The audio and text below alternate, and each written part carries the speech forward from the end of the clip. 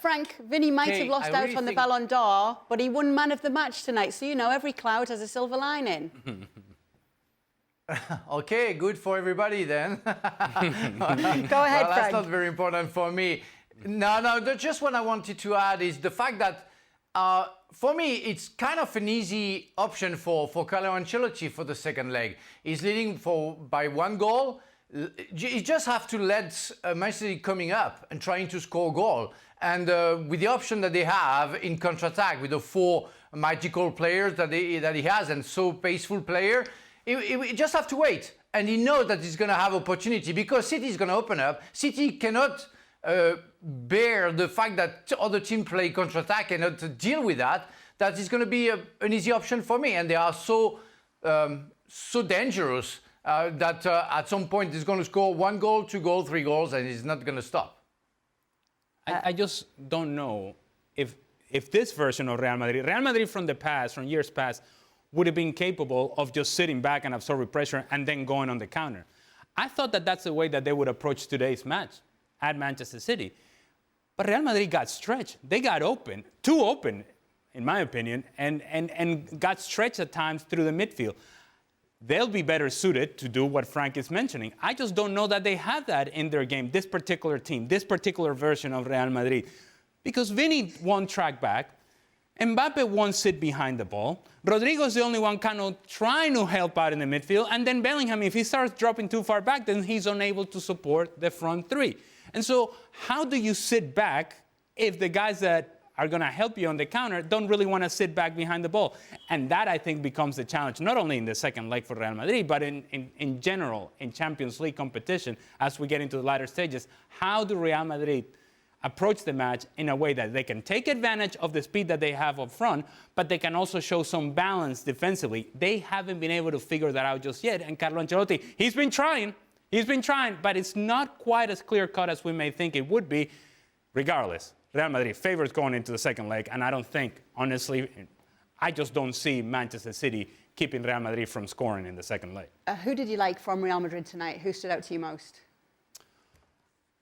I have a tremendously soft spot for Fede Valverde. And when I say I have a soft spot, I mean I love that man. I really do.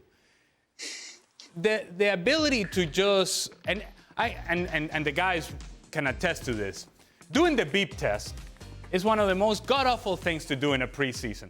Fede Valverde must be a dream to do the beep test. In the back and forth, and the back and forth, and the back and forth, and the back and forth. Yeah. And he does it effortlessly.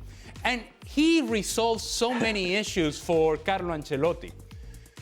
He'll cover that right-hand side and cover all the ground. And there were a couple of sequences that, in fact, one of them, he ends up having an opportunity down the right-hand side, where the sequence started all the way 20 yards away from his own goal, down the left-hand side, and he just goes on a sprint, and eventually the ball finds him at the back post, and he hits it wide.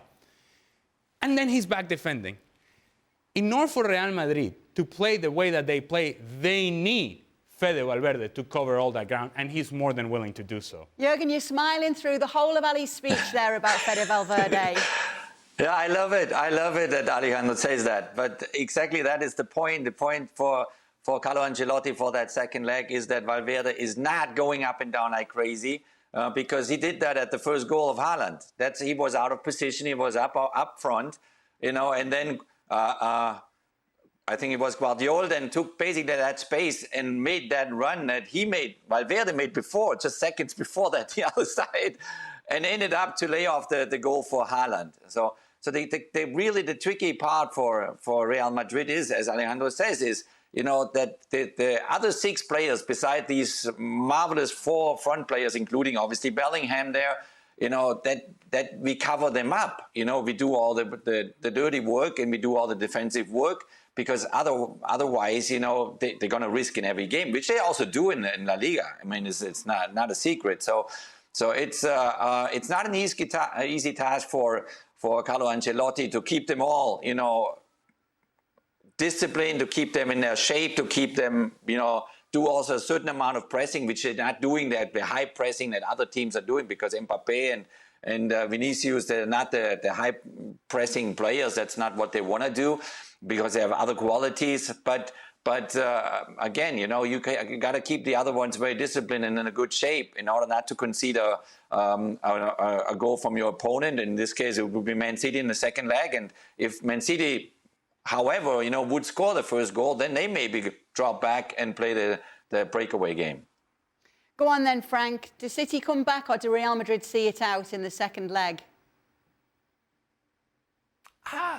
I mean, it's going to be an entertaining game anyway, but I don't see how Manchester City can come back because, again, they're going to have to try to score. They're going to open up, and we know that in the middle of the park, they're not the City that they used to be because of the absence of Rodri, for example, and at the back, oh my God, it's a freeway or motorway. I don't know how you would call it, but it's for the forwards. It's an open door. I mean, it's crazy how many spaces you can get, and on top of it, if they keep on doing bad mistakes, they're going to be punished at the Santiago Bernabeu. So no, I don't see City going through for sure.